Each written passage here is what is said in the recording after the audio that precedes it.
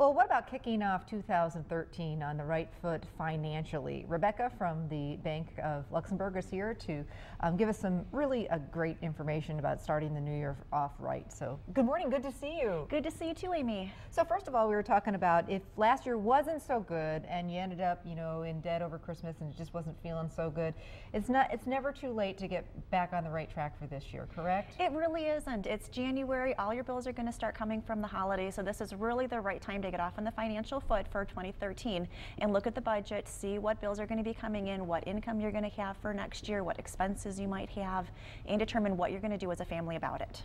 And that's one thing that you always stress is that you got to look at it. I mean, people are like, oh, I don't want to look at it, but you really do, and you'll do that. You can, bring all your bills, and you have people that actually sit with people, but you got to face it. It's not going away. It really isn't, and it is going to face you the entire year, so you might as well deal with it right away in January. Get everything set up for automatic bills, and then you really won't have to worry about it too much through the rest of the year if you set it up on autopilot right away in January. Take the bull by the horns. You can do this. All right, think about foreseeable income. What do you mean by that?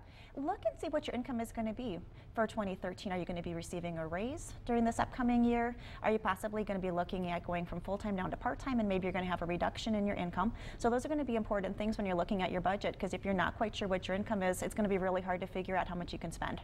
What about finding some areas that you can, unforeseen expenses, and you always talk about that, having a little bit of an emergency fund. Correct. So if you went through your emergency fund in 2012, that's okay. That's what it's there for. This is really the time to start getting ready for that plan again for this year. So if you might have some expenses coming up for the kids, maybe you'll have some different things with the car that needs to be taken care of, maybe your air conditioning might need to be fixed this summer.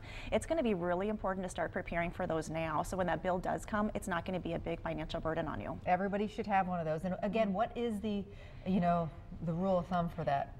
Typically you should have at least 1 or 2 months of income set aside in your emergency fund. You may not be able to do it all right away, and you're going to want to look and see what you can do to come up with that extra money. Maybe it's selling some items on consignment, having a yard sale this summer, part-time job, whatever you need to do to get that little money saved up.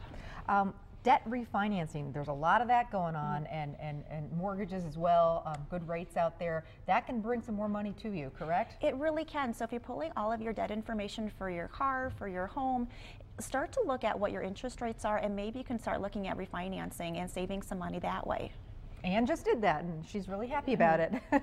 Owning a home, a lot of renters out there, but this might be the time to bite the bullet. Some really great deals. There really are. Rates are still historically low. There's still quite a few homes on the market out there, so you might be able to come up with a fantastic option that way. And there's still some potential tax deductions you can take on that too. Lots of great ideas, and as Rebecca said, now is the time to do it.